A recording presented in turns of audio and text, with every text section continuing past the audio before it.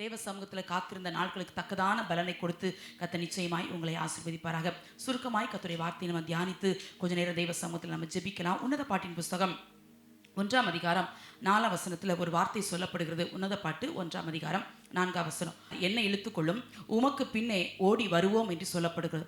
மணவாட்டி மணவாளனை பார்த்து சொல்லுகிற ஒரு வார்த்தை, என்னை இழுத்துக்கொள்ளும் உமக்கு பின்னே ஓடி வருவோம். மணவாட்டி மணவாளுடைய அன்பையெல்லாம் அறிந்த மணவாட்டி. அப்படியெல்லாம் இந்த மணவாட்டிக்கு, சபையாகிய மணவாட்டிக்கு ஆண்டவர் தம்முடைய சத்தியத்தை போதித்து கிருபையால் கர்த்தர் பலப்படுத்தி இன்னும் அன்பின் ஆழத்துக்குள்ள கர்த்தர் அழைத்து செல்கிறார். ஆனால் மணவாட்டி இப்பொழுது தன்னுடைய ஆவிக்குரிய பலவீனத்தை உணர்கிறது. எப்படின்னா, நீங்க நேசிச்ச மாதிரி என்னால் நேசிக்க முடியலையே, மணவாளன் நேசித்தது போல என்னால் நேசிக்க முடியவில்லை. உன்னத பாட்டே மணவாளனுக்கும் மணவாட்டிக்கும் இடையே இருக்கிறதான அன்பின் ஆழத்தை வெளிப்படுத்துகிறதான ஒரு புஸ்தகம். அப்போ உன்னத பாட்டை வாசிக்கும் போதெல்லாம் ஆண்டவருக்கும் நமக்கும் இருக்கிற தெய்வீக உறவை, ஆழமான உறவை விவரிக்கிற புஸ்தகம். அந்த கண்ணோட்டத்தில் தான் நம்ம உன்னத பாட்டை வாசிக்கணும். இப்போ மணவாட்டி சொல்றாங்க, என்னை இழுத்துக்கொள்ளும் உமக்கு பின்னே ஓடி வருவோம் என்று. ஆண்டவர் நேசிக்கிற மாதிரி, மணவாளன் நேசிக்கிற மாதிரி என்னால் நேசிக்க முடியல. நீங்க கொஞ்சம் என்னை இழுத்தா நல்லா இருக்கும்னு நினைக்கிறேன். ஓடி வரணும்னு ஆசையா இருக்குது, ஆனால் நீங்க இழுக்காம என்னால் ஓடி வர முடியல. நல்ல தேவனுடைய பிள்ளைகளை சுருக்கமான நேரத்தில் கர்த்தருடைய வார்த்தை நம்ம தியானிக்க போகிறோம். தேவன் நம்மோடு கூட பேசுவாராக. இந்த கடைசி காலத்துல கர்த்தருடைய அன்பால் இழுக்கப்பட்ட ஒரு கூட்டத்தை கர்த்தர் சபைக்குள்ள தேடுறார்.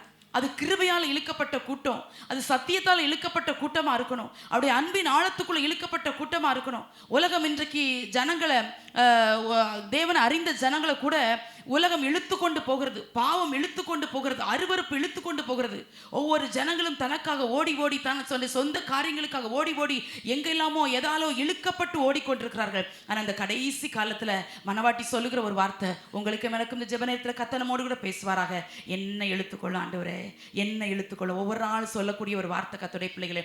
அவர் இழுக்கலன்னா நம்மளால ஓடி வர முடியாது.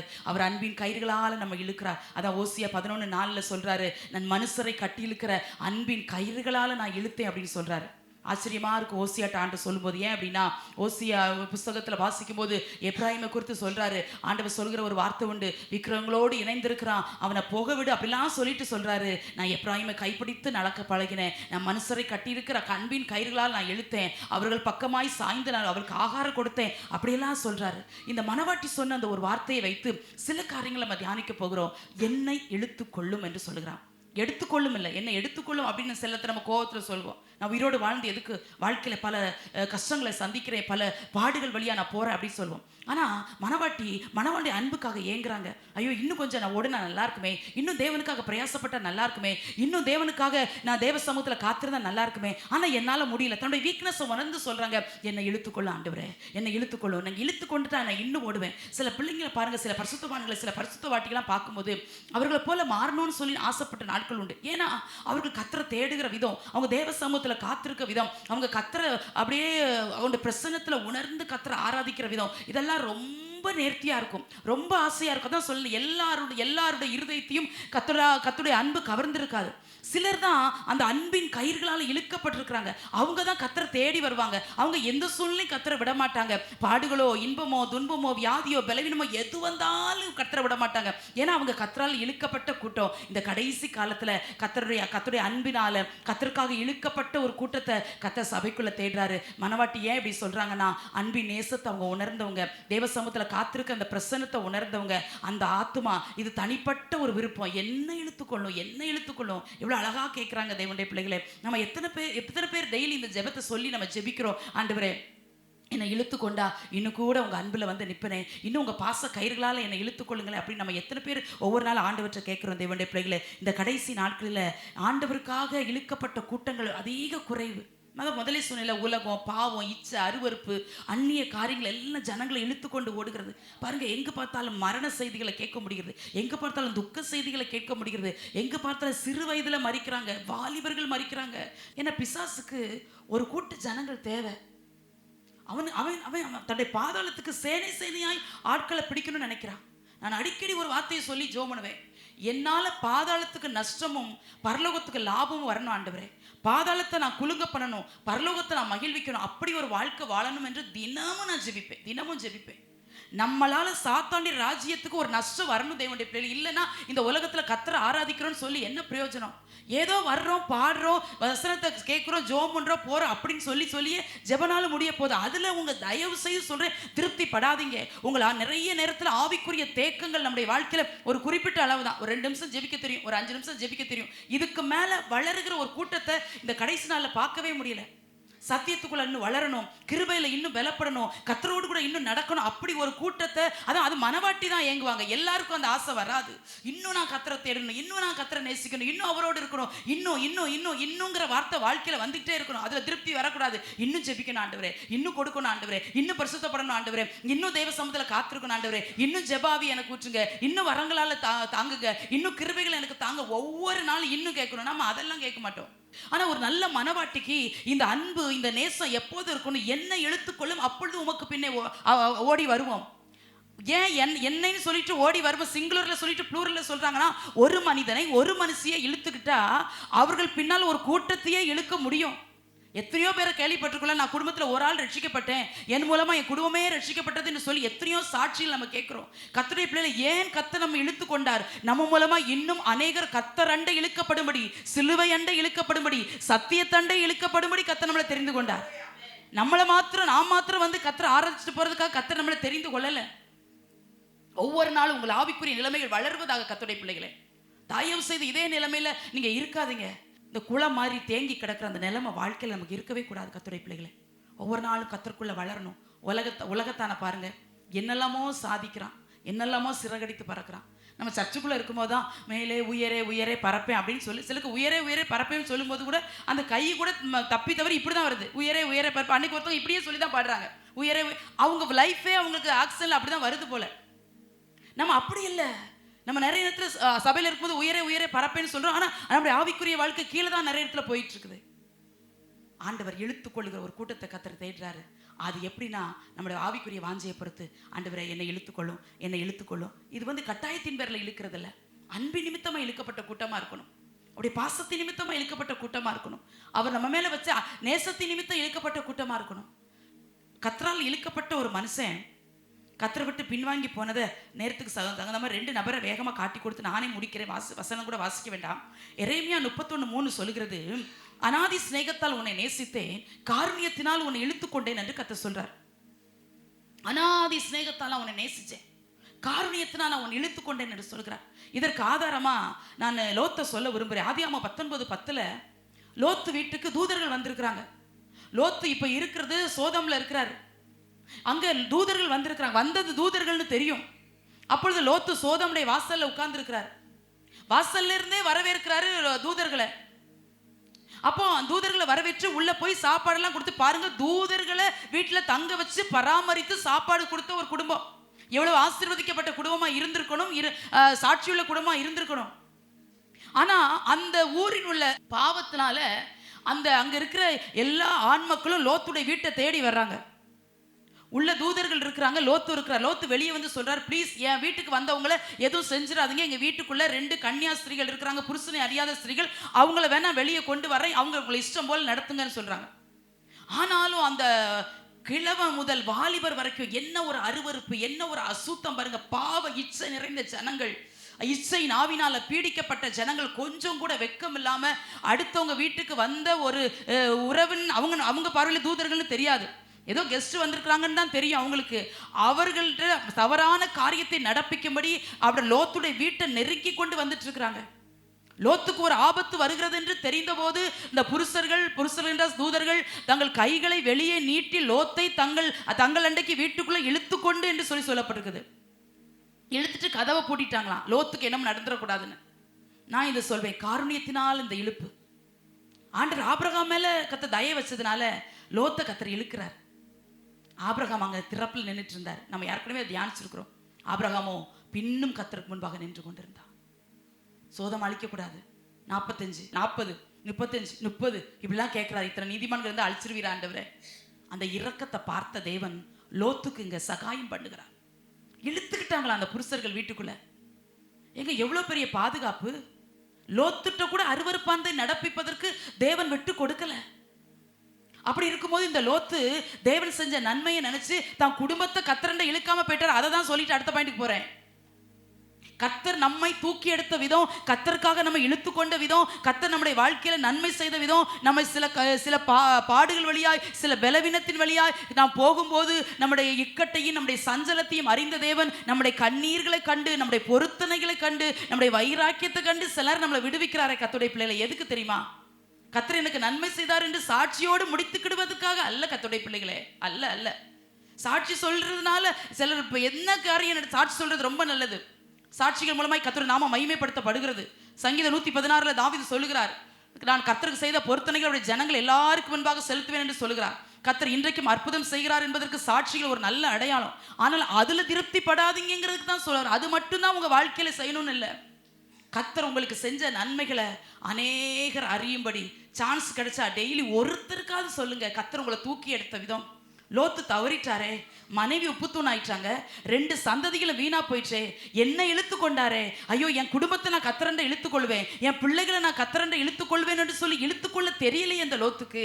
காருண்யத்தினால் வந்த இந்த இழுப்பை அந்த லோத்து தவற விட்டுட்டாரே. 1 பேதுருல நீதிமான் என்று லோத்தை குறித்து சொல்லுகிறது. தன் இருதயத்துல வாதிக்கப்பட்டான் என்று சொல்லப்படுகிறது. இருதயத்துல வாதிக்கப்பட்டாலும் நீதிமானா இருந்தாலும் நோவாவை போல வேலைக்குள்ள 8 பேரை காக்க முடிஞ்சது போல லோத்தால காக்க முடியலையே கர்த்தருடைய பிள்ளைகளே. நம்மளை கர்த்தர் இழுத்த விதம் மறந்துடக்கூடாது. அதுதான் திரும்ப சொல்றேன் உங்களுக்கு. அது 10 வருஷத்துக்கு முந்தைய ஒரு இக்கட்ல போனீங்க, அப்போ உங்களை தூக்கி எடுத்திருக்கலாம். சில ஆண்டுகள் ஆயிருக்கலாம், நீங்க ரட்சிக்கப்பட்ட ஆரம்ப நாட்களா இருக்கலாம். கர்த்தர் உங்களுக்கு செய்த நன்மைகள், உங்கள் வாழ்க்கையில கர்த்தர் உங்களோடு கூட இடைப்பட்ட விதங்கள் வாழ்க்கையில மறக்கக்கூடாது. தேவனுடைய பிள்ளை வாழ்க்கையில மறக்கக்கூடாது. தேங்க்ஸ் அப்படின்னு சொல்லிட்டு போறதுனால தயவு செய்து சொல்லி திருப்தி படாதீங்க. ஏன் கர்த்தர் நம்மளை இழுக்கிறாரு? ஏன் தேவன் சில நேரம் அப்படி அன்பின் பக்கமா இழுத்து நமக்கு ஜீவனையும் ஆயுசுனாலே கர்த்தர் கூட்டி கொடுக்கிறாரு. எதற்கு? அநேகருக்கு முன்பா சாட்சியாய் வாழும்படி. அதான் சங்கீதத்துல தாவீது ஒரு வார்த்தை சொல்வார், எனக்கு ரொம்ப பிடிக்கும். நான் உயிரோடு இருந்து கர்த்தர் செய்த நன்மைகளை நான் எடுத்துரைப்பேன் என்று சொல்லுகிறார். நான் சாவாமல் பிழைத்திருந்து கர்த்தர் செய்த அதிசயங்களை விவரிப்பேன் என்று சொல்லுகிறார். ஏன் நான் சாவாமல் பிழைச்சிருக்கணும்? கர்த்தர் செய்த அதிசயங்களை விவரிப்பதற்கு. வீட்டுக்கு வந்தது தூதர்கள்னு தெரியும் லோத்துக்கு, இழுத்தது தூதர்கள்னு தெரியும், கதவை பூட்டி என்ன பாதுகாப்பா வீட்டுக்குள்ள வச்சது தூதர்கள்னு தெரியும். தெரிஞ்சு குடும்பத்தை விட்டுட்டாரே, தெரிஞ்ச பிள்ளைகளை விட்டுட்டாரே, அன்பு மனைவியை லோத்து இழந்துட்டாரே. மறிச்சிருந்தா கூட மனசை ஆத்திக்கலாம், சரி லோத்துடைய மனைவி மறிச்சு போயிட்டாங்க, ஐயோ பாவன்னு. ஆசாசையா நடந்து வந்த லோத்தின் மனைவி தானே, சொல்லி இருந்திருக்கலாமே. பின்னிட்டு பார்க்க கூடாதுமா, கொஞ்சம் பின்னால வந்து நான் நினைக்கிறேன் மனைவியும் பிள்ளைகளை முன்னால அனுப்பிட்டு லோத்து ஒரு பாதுகாப்பா பின்னால வந்து நின்று எச்சரிச்சுட்டு அந்த குடும்பத்தை கூட்டிட்டு போயிருந்தா அந்த குடும்பம் வாழ்ந்திருக்குமே. யாருக்கனவே தவறான முடிவு எடுத்துட்டார் லோத்து, ஆபிரகாம் விட்டு பிரியணும்னு. அன்னைக்கே லோத்துடைய வாழ்க்கை வேற மாதிரி போயிடுச்சு. 2வது, இந்த பட்டணத்துக்குள்ள போயிருக்க கூடாது. சோதோம் குமாரா பட்டணத்துக்கு போகும்போது அந்த ஊர் ஜனங்கள் வந்து இவரை மதிக்கலையாம், பரதேசின்னு பேசுறாங்க. ஆனா சிறையா கொண்டு போகப்பட்ட பிற்பாடு ஆபிரகாம் வந்து லோத்தை மீட்கிறார். அதனால லோத்துடைய ஸ்டேட்டஸ் கொஞ்சம் உயருது.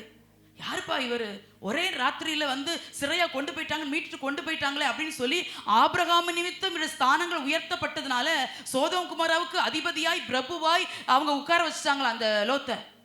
அவரும் ஓகே, அவங்க தான் ஊர் வாசல்ல உட்கார்ந்து இருப்பாங்களாம். அதனாலதான் சாயங்காலத்துல ஊர் வாசல்ல உட்கார்ந்து இருக்கும் போது புருஷர்கள் அந்த தூதர்கள் அங்கே போகிறார்கள். அந்த பதவியை சந்தோஷமா ஏற்றுக்கொள்கிறார். அந்நிய ஊர்ல என்ன பதவி கேட்குது? அந்நிய காரியங்கள் நம்மை தேடி வரும்போது நாம் மிகவும் ஜாக்கிரதையா இருக்கணும் கர்த்தருடைய பிள்ளைகளே. அது கவர்ச்சிகரமா இருக்கும், அது இன்பமா இருக்கும், அது ஆசீர்வாதம் நிறைஞ்சது மாதிரி இருக்கும், அதுக்கு உடன்பட்ட சில நன்மைகள் நமக்கு வர்ற மாதிரி இருக்கும், சில லாபங்கள் நமக்கு வர்ற மாதிரி இருக்கும். ரொம்ப கேர்ஃபுல்லா இருக்கணும். அதுவே நமக்கு கண்ணியா மாறும். அந்த இழுப்ப வீட்டுக்குள்ள கையை பிடிச்சு இழுத்து லோத்துக்காக இரக்கம் காட்டினாங்களே, அந்த இரக்கம் லோத்துக்கு மறந்து போச்சு. அந்த லோத்துக்கு மறந்து போனனால குடும்பத்தை தவற விட்டுட்டாரு. அதான் நான் சொல்றேன், கர்த்தர் நம்மளை இழுப்பு அன்பின் நிமித்தமா இழுத்தாருல, கிருபை நிமித்தமா நம்ம இழுத்து ரட்சித்து நம்மளை கொண்டு வந்து வச்சிருக்கிறாரு கர்த்தருடைய பிள்ளைகளை. சபைக்குள்ள வச்சிருக்கிறது சாதாரணமா நினைக்கிறீங்களா? நன்மையானவர்களை பேசுகிற ரத்தம் அப்போஸ்தலர் வாசிக்கிறது போல சுய ரத்தத்தினாலே சம்பாதித்த அந்த சபையில கொண்டு நம்மளை வச்சிருக்கிறாருன்னா எவ்வளவு ஆசையா நம்மளை இழுத்திருக்கிறார் பாருங்க. அவர் இழுத்த இந்த ரட்சிப்பாக இந்த இழுப்பை தயவு செய்து வாழ்க்கையில அற்பமா நினைக்காதீங்க. ஏதோ நானும் ஒரு பெயருக்கு கிறிஸ்தவன் நோ, இல்ல இல்ல. கர்த்தர் அன்பு நிமித்தமா உங்களை இழுத்து இருக்கிறார், கிருபை நிமித்தமா இழுத்துட்டு வந்திருக்கிறாரு. வாழ்நாளெல்லாம் நீங்க கர்த்தருக்காக வாழ்வீங்கன்னு, உங்கள் மூலமாய் நம் மூலமாய் அநேகர் கர்த்தரண்டை இழுக்கப்படுவார்கள் என்று சொல்லி, இழுக்கப்படுவாங்கன்னு சொல்லி நம்ம பேச்சு, நம்ம வார்த்தை யாருக்காவது பிரயோஜனமா இருக்காது? கர்த்தருடைய பிள்ளைகளே, பிரயோஜனம் உண்டாகும்படி பேசுறீங்களா? நம்ம எந்த அளவுக்கு கர்த்தரால நம்ம இழுக்கப்பட்டு அந்த உறவுக்குள்ள நிக்கிறோமோ, அடுத்தவர்களுக்கு பிரயோஜனமுள்ள பாத்திரமா கர்த்தர் நம்மளை மாற்றுகிறார். தேவனுடைய பிள்ளைகளே, ஒரு வாழ்க்கையில பிரயோஜனமுள்ள ஒரு பாத்திரமா மாறிடுங்க. பிரயோஜனம் இல்லாத வாழ்க்கையை 100 வயசு வாழ்றதை விட, நான் அப்படி நினைப்பேன், பிரயோஜனம் இல்லாம 100 வயது வரைக்கும் வாழ்றதை விட பிரயோஜனமா 40 வயசு வரைக்கும் வாழ்ந்தாலும் நல்லா வாழ்ந்துட்டு கர்த்தரண்ட போயிடணும். சார்லி ஹர்க்குன்னு நினைக்கிறேன், கடந்த நாட்களில் இறந்தார்ல அமெரிக்க தேசத்துல. 31 வயசோ 32 வயசோ போயிட்டாரு ராஜ்யத்துக்கு. குறுகின நாட்கள் வாழ்ந்தாலும் கர்த்தருக்காக பிரயோஜனமுள்ள வாழ்க்கை. நாமும் அந்த அன்பினால் இழுக்கப்பட்டு நம்ம மூலமா ஒரு கூட்டத்தை இழுக்கிற அந்த கிருபையை கர்த்தர் நமக்கு தரணும். எனக்கு லோத்து தவற விட்டது இதை வாசிக்கும் போதெல்லாம் என் இருதயம் உடையும். நம்ம சந்ததியே போயிடுச்சே, லோத்துடைய சந்ததியை அட்ரஸ் இல்லாம போயிடுச்சே. கர்த்தருடைய பிள்ளைகளே, அப்படி நேரம் ஆனால திருப்பிக் கொள்ளலாமா? யோவான் 21ஆம் அதிகாரத்துக்கு உங்க கவனத்தை திருப்புங்க. நான் அப்படியே சொல்லி முடிக்கிறேன். யோவான் 21 நம்ம வாசிக்கிறோம், 8ஆம் வசனத்துல பார்க்கிறோம். யோவான் 21:8 ஒரு வசனம் போற்றப்பட்டிருக்குது. மற்ற சீசர்கள் கரைக்கு ஏறக்குறைய 200 முழ தூரத்தில் இருந்தபடினால் படவில் இருந்து கொண்டே மீன்கள் உள்ள வலையை இழுத்து கொண்டு வந்தார்கள் என்று சொல்லப்பட்டது. ஆண்டவர் மறுபடியும் தரிசனமாகிறார். அவர் உயிர்த்தெழுந்த பிற்பாடு உடனே அப்படி போயிட்டு வாரு அப்படின்னு பரத்துக்கு போகல, திருஷ்டாந்தப்படுத்துகிறான். உயிர்த்தெழுந்த இயேசுன்னு சொல்லிக்கிட்டே தானே இருக்கிறார். நான் மரிப்பேன், 3ஆம் நாள் உயிரோடு எழுப்பேன்னு சொல்லிக்கிட்டே இருந்தனால கர்த்தர் தம்முடைய வார்த்தையை திருஷ்டாந்தப்படுத்துகிறார் அந்த இடங்கள்ல. அதனால மறுபடியும் சீசர்களுக்கு தன்னை மறுபடியும் ஒரு விஷயம் வெளிப்படுத்துகிறார். ரொம்ப நேசிச்சார், இவங்க நேசிக்கல, அவர் நேசிச்சார். அதனால மறுபடியும் இங்க சீசர்கள் காட்சி அளிக்கிறார். இதுக்குள்ள இந்த 2ஆம் வசனத்தில் நம்ம வாசிக்க முடியும். பேதுருவும் சில சீசர்களும் மீன் பிடிக்கிறதுக்கு திரும்பி போறாங்க கடற்கரைக்கு. அங்க அப்ப ஆண்டவர் வர்றாரு. அவர் கேட்கிறாரு, 5ஆம் வசனம், விடியற் காலம் ஆன போது இயேசு அவர்களை நோக்கி, பிள்ளைகளே, புசிக்கிறதற்கு ஏதாகிலும் உங்களிடத்தில் உண்டா என்றார். அதற்கு அவர்கள் ஒன்றும் இல்லை என்றார்கள். கர்த்தரால் இழுக்கப்பட்ட சீசர்கள், கர்த்தருடைய அன்பை உணர்ந்த சீசர்கள், ஒன்றும் இல்லை ஆண்டவரே, ஒண்ணுமே இல்லை ஆண்டவரே, அன்பு இருக்கு ஆண்டவரே சொல்லியிருக்கலாம் தானே. கர்த்தர் தானே இழுத்துக்கிட்டாரு 12 பேரையும். அவங்களாம் தேவன்கிட்ட தேடி வரலப்பா, 12 பேரையும் அவர் சூஸ் பண்றாரு.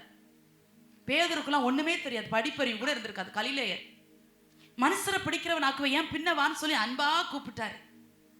தைரியமா சொல்றாங்க, என்கிட்ட ஒண்ணும் இல்லை ஆண்டவரே. நம்மகிட்ட என்ன இருக்குது ஆண்டவருக்காக கொடுப்பதற்கு? பொண்ணோ பொருளோ ஆசையோ நோ, அதில் மேல அவர் சிந்தையும் வைக்கிறதே இல்லை. நம்ம என்ன நினைக்கிறோம்னா, நம்ம ரொம்ப கொடுத்தா ஆண்டவருக்கு பிடிக்கும் போல. ஆண்டவர் எப்பவுமே நம்ம உள்ளத்தை பார்க்குற கர்த்தர் தேவனுடைய பிள்ளைகளே. அதனாலதான் ஒரு வேடிக்கையா ஒரு கதை ஒன்று சொல்லுவாங்கல்ல, 10 ரூபாய்க்கும் 500 ரூபாய்க்கும் சண்டை வந்துச்சான். இந்த 500 ரூபா சொல்லிச்சான், நான் ஜவுளி கடையில் இருக்கிறேன், நான் ஹோட்டலுக்குலாம் போறேன், நான் பெரிய பெரிய இடங்களுக்கு போறேன், மொய்க்கவரில் நான் தான் இருக்கிறேன் அப்படின்னு சொல்லி இந்த 500 ரூபா சொல்லிச்சான்.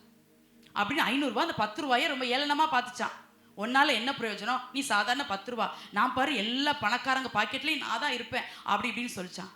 அப்போ இந்த 10 ரூபா சொல்லிச்சான், உனக்கு என்ன தெரியும், எல்லா சர்ச்சிலையும் போய் பாரு, நான் தான் உள்ள இருப்பேன்னு சொல்லிச்சான் அந்த 10 ரூபா. அதனால அது ஒரு விஷயம் அல்ல கர்த்தருடைய பிள்ளைகளே. ஏதோ நம்ம அள்ளி கொடுத்தனால அப்பா சமூகத்துல அன்பா அவரை பார்க்கிறோமா, கண்ணீரோடு நிக்கிறோமா, ஆண்டவரே உண்மையா உங்களை நேசிக்கிற அப்படி நிக்கிறோமா, அதை தான் தேவனுடைய பிள்ளைகளை கர்த்தர் நம்முடைய வாழ்க்கையில எதிர்பார்க்கிறார். அவர் கேட்கிறாருங்க, ஏசப்பா ஆண்டவர் கேட்கிறாரு, பிள்ளைகளே பிள்ளைகளை எங்க பின்மாறி போயிடுச்சு அந்த பிள்ளைங்க, விட்டு வந்த வலைய தேடி போச்சு அந்த பிள்ளைங்க, செய்யக்கூடாதுன்னு தெரியும் ஊழியம் செய்ய நம்ம ஒப்பு கொடுக்கப்பட்ட பிள்ளைங்க மறுபடியும் உலக வேலைக்குள்ள போயிடுச்சு. அவங்களை தேடி பிள்ளைகளேன்னு சொன்னார்னா அந்த வார்த்தையாவது உள்ளத்தை உடைச்சிருக்கணுமே கர்த்தருடைய பிள்ளைகளே. சிலர பிரசங்கத்துல ஒரு வார்த்தை பாருங்க நம்ம உள்ளத்தை ரொம்ப டச் பண்ணும். அந்த ஒரு வார்த்தை திரும்ப திரும்ப திரும்ப நம்மோடு பேசின மாதிரி இருக்கும். அப்படியெல்லாம் கர்த்தர் உங்களோடு கூட இடைப்படுகிறாருன்னா வாழ்க்கையில கர்த்தர் பேசின வார்த்தையை மறந்துடாதீங்க. எல்லாரும் சாஷ்டாங்கமா விழுந்து, ஐயோ அப்பா எங்களை பிள்ளைகளேன்னு கூப்பிட்டீங்களா, புசிக்கிறதுக்கு வேணுமா, சாப்பிட்றதுக்கு தானே கேட்குறீங்க, என்னப்பா உங்களுக்கு வேணும், என்ன வேணும் சொல்லுங்க, கடையிலையாவது போய் வாங்கி தரோம், இல்லைன்னா ப்ரிப்பேர் பண்ணி தரோம் சொல்லி இருந்திருக்கணுமா வேண்டாமா? சாதாரணமா சொல்றாங்க, ஒண்ணும் இல்லை. இந்த வசனத்தை வாசிக்கும் போதெல்லாம் இந்த பதிலை நம்ம சொல்லக்கூடாது நான் நினைப்பேன் கர்த்தருடைய பிள்ளைகளே. நிறைய நேரத்துல நம்ம அதனை சொல்றோம், கொடுக்கணும்னு ஆசையா இருக்கு, எனக்கு ஒண்ணும் இல்லை. ஜெபிக்கணும்னு ஆசையா இருக்கு, நேரம் இல்லை. ஓடி வரணும்னு ஆசையா இருக்கு, முடியல. இல்லை என்கிற வார்த்தை எதற்கு பயன்படுத்த வேண்டும் என்பதை நீங்க நல்லா புரியணும். அவங்க ரொம்ப கேஷுவலா பதில் சொல்றாங்க, இல்ல அப்படின்னு. அப்ப ஆண்டவர் சொல்றாரு, இல்லையோ பை, போயிட்டு வர அப்படிதான் சொல்லி இருந்திருக்கணும். ஆனா அவர் சொல்றாரு, நீங்க வலதுபுறமா வலைய போடுங்க. என்ன கிருபை உள்ள தேவன்! எத்தனை பேருக்கு இது புரியுது? எத்தனை பேருக்கு ரசிக்கிறீங்க இந்த வசனத்தை எனக்கு தெரியல. வலதுபுறமா வலைய போடுங்க. எங்க இடதுபுறமா போட்டா என்ன, வலதுபுறமா போட்டா என்ன, ஆழத்துல போட்டா என்ன, மறுபடியும் வலையை தூக்கிட்டு போயிடுச்சே. அந்த அன்பு என்ன ரொம்ப கவரும். இந்த 21 அதிகாரத்தை வாசிக்கும் போதெல்லாம் ரொம்ப ஆசையா இருக்கும் வாசிக்கிறதுக்கு. நம்ம பேச்ச நம்ம பிள்ளைங்க கேட்கலன்னா கூட நம்ம கோவம் வருதே. அவர் கூடவே இருந்து செய்த அற்புதங்கள் எல்லாம் பார்த்து, அவர் சிலுவையில் அடிக்கப்படும் போதும் பார்த்து, கேள்விப்பட்டு, அவர் உயிர் தெழுந்ததும் தெரிஞ்சவங்க சொல்றாங்க ஒண்ணும் இல்லை. அந்த ஒண்ணும் இல்லைன்னு சொன்னா கூட அவர் சொல்றாரு, நீ வலதுபுறமா போடு. இதுதான் கர்த்தருடைய ஆலோசனை. இதுக்கு தான் ஆண்டவர் நமக்கு சபைக்கு கூட்டிட்டு வர்றார். நம்ம சிலர் ஆண்டவரை சரியா தேடாம மார்க்கம் தப்பின் நட்சத்திரங்களை போல, வழிதவறின ஆடுகளை போல இருந்தாலும் அன்பா கர்த்தர் நம்மோடு கூட பேசி, அதான் சொல்லிட்டார்ல ஓசியா 11:4, அன்பின் கயிறுகளால இழுத்து அன்பா பேசி சில ஆலோசனைகளை கர்த்தர் மறுபடியும் நம்மோடு சொல்லுவார் பாருங்க. அவர் அல்லவோ தேவன். அப்படி திரும்ப ஆலோசனை கொடுத்தாருன்னா நீங்க நினைக்கணும், ரொம்ப நேசிட்டான்னு அர்த்தம். அந்த அன்புக்கு, அந்த அன்பு அடிச்சுக்க சான்ஸே இல்லை. ரொம்ப நேசிச்சாதான் திரும்ப ஆலோசனை சொல்வார். எப்படி இருந்திருக்கும்? எங்க அவர் உயிர் தெழுந்து வர்றாரு, என்ன செஞ்சிருக்கணும் இந்த சீசர்கள்? மகதலேனா மரியாள மாதிரி ஓடி போய், ஊருக்குள்ள ஓடி போய் அநேகருக்கு இயேசு உயிரோடு எழுந்தார், நாங்கள் சாட்சிகள் சொல்லி இருக்க வேண்டிய சீசர்கள் கையில வலைய வச்சுட்டு ஒன்னும் இல்லைன்னு வெக்கம் இல்லாம சொல்லிட்டு இருக்கிறாங்க. அவர் வேற ஒண்ணும் கேட்கல, எனக்கு மீனத்தான் கேட்கல, சாப்பிட்றதுக்கு ஏதாவது இருக்கா? எங்க சாப்பாட்டை கேட்டா சத்ரு கூட நம்ம சாப்பாடு தானே கொடுப்போம், வயிறு பசிக்கு அப்படின்னு சொல்லி கேட்டுட்டா, இசப்பா உங்களுக்கு சாப்பாடாப்பா, எவ்வளவு நாள் இருந்துட போறாரு இன்னும் அவங்க கூட? அவர் பரமேறுகிற நேரம் வந்துருச்சு. ஆனா அவங்க தைரியமா சொல்லிட்டு ஒண்ணும் இல்லை அப்படின்னு சொன்னா கூட வலதுபுறமா வலைய போடுங்கன்னு சொன்னது எனக்கு ரொம்ப ஆச்சரியமா போச்சு. எப்படிப்பா அப்படி உங்களால சொல்ல முடிஞ்சிச்சு? அவங்க பேதுரு எல்லாரும் தான் பேதுருலாம் மீன் பிடிக்கிறதுல டாக்டரேட் வாங்கினவர் மாதிரி. அவருக்கு தெரியும் எங்க மீன் இருக்கும், எங்க பெரிய மீன் இருக்கும், எங்க சின்ன மீன் இருக்கும், எங்க போட்டா எப்படி போட்டா மீன் அகப்படி எல்லாம் தெரிஞ்சவர், கடலுக்குள்ளே வாழ்ந்தவர் மாதிரி. ஆனா இது வரைக்கும் பேசுறது கர்த்தர்னு கூட தெரியல. அவங்க சொல்றாங்க ஒண்ணுமே இல்லை அவங்ககிட்ட. இந்த 3ஆம் வசனத்துல நம்ம வாசிக்கிறோம்ல, 5ஆம் வசனத்திலே அதற்கு அவர்கள் ஒன்றும் இல்லை அப்படின்னு சொல்லி சொல்றாங்க. ஏன்னா ஆமா 3ஆம் வசனத்துல வாசிக்க, அந்த ராத்திரியில அவர்கள் ஒன்று பிடிக்கவில்லை. எப்படி பிடிக்க வைப்பாரு? ஊழியத்துக்காக பிரித்தெடுக்கப்பட்ட பேதுரு வலையை தூக்கிட்டு போறாரு, எப்படி பிடிபடும்? ஊழியத்துக்காக சில பிள்ளைகளை கர்த்தர் பிரித்து அடிச்சிட்டாருன்னு வச்சுக்கோங்க, எத்தனை இன்ட்ரி எழுதினாலும் ஒன்றும் செலக்ட் ஆகாது. நான் நிறைய பேரை பார்த்துருக்கேன், அது பாட்டுக்கு எழுதிட்டே இருக்கும், நேரம் தான் வேஸ்ட் ஆகும் போல ஒன்றும் செலக்ட் ஆகாது. அப்புறம் தான் அதுக்குள்ளே 5-10 வருஷம் ஆயிடும். அப்புறம் தான் கர்த்தர் என்னை ஊழியத்துக்கு அழைச்சிருக்கிறாரோ அப்படின்ட்டு வரும். அதே தான் பேதுருக்கு. ஊழியத்துக்காக பிரித்தெடுக்கப்பட்டதுனால கையில் வலை இருந்துச்சு, நேர்த்தியா வீச தெரிஞ்சிச்சு. எப்பவும் அவங்க அடிக்கடி மீன் பிடிக்கிற கடலாக தான் இருந்திருக்கும், அது திபேரியா கடற்கரைன்னு போட்டிருக்கு. ஆனால் ஒன்றுமே அகப்படலை. ஆனாலும் சொல்கிறாரு வலதுபுறமா போடு.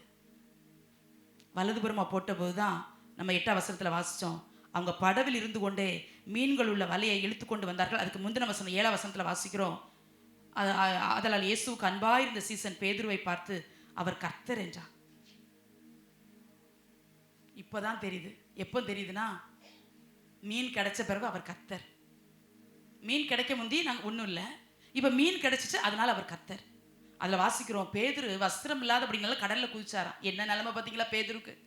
ஆண்டவரை விட்டு பின்மாறி போனால் இந்த நிலைமை தான் கர்த்தருடைய பிள்ளைகளே. பிசாசு நிறைய பேர் இந்த கடைசி நாட்களில் சத்துரு பின்மாறி போக வச்சு, ஆவிக்குரிய ஆசீர்வாதங்களை இழக்க வச்சு, உலக பிரகாரமான ஆசீர்வாதங்களை இழக்க வச்சாச்சு. மேல் வஸ்திரம் இல்லாதது பரிசுத்த அலங்கார வஸ்திரங்களை இழந்ததுக்கு சமானம், ரெட்ஷிப்பின் வஸ்திரங்களை இழந்ததுக்கு சமானம், நீதியின் சால்வை இழந்ததுக்கு சமானம். வெக்கமில்லாம பேதுரு அங்க ஒரு ட்ரெஸ் கூட இல்லாம மீன் பிடிச்சிட்டு இருந்திருக்காரு. கர்த்தர் என்று தெரிந்த உடனே கடல்ல குதிச்சிட்டாராம். அவர்கள் 150 கீழே உள்ள வசனத்தில் வாசிக்கிறோம், 153 பெரிய மீன்களால் 11 வசனத்தில் 150 பெரிய மீன்களால் நிறைந்த வலையை கரையில் இழுத்தான், இத்தனை மீன்கள் இருந்தும் வலை கிளியவில்லை. 8 வசனம், படவில் இருந்து கொண்டே மீன்கள் உள்ள வலையை இழுத்து கொண்டு வந்தார்கள் என்று சொல்லப்பட்டிருக்குது. நான் முதல்ல சொன்னேன், என்ன இழுத்துக்கொள்ளும், ஏன் நம்மளை இழுத்துக்கொள்கிறார்? நம் மூலமாய் அநேகர் இழுக்கப்படுவதற்கு. சபையாகிய படவுக்குள்ள, சபையாகிய வலைக்குள்ள ஏன் நம்மளை கர்த்தர் கொண்டு வந்து வச்சிருக்கிறார்னா, அநேக மீன்கள் வெளியே இருக்குது. அதான் யோவான்ல ஒரு வசனம் இருக்குது, யோவான் 12:32 நினைக்கிறேன், பூமியில நான் உயர்த்தப்பட்டிருக்கும் போது நான் ஜாதிகளை என் பக்கமாய் கர்த்தர் இழுத்து கொள்வேன் என்று கர்த்தர் சொல்றாரு.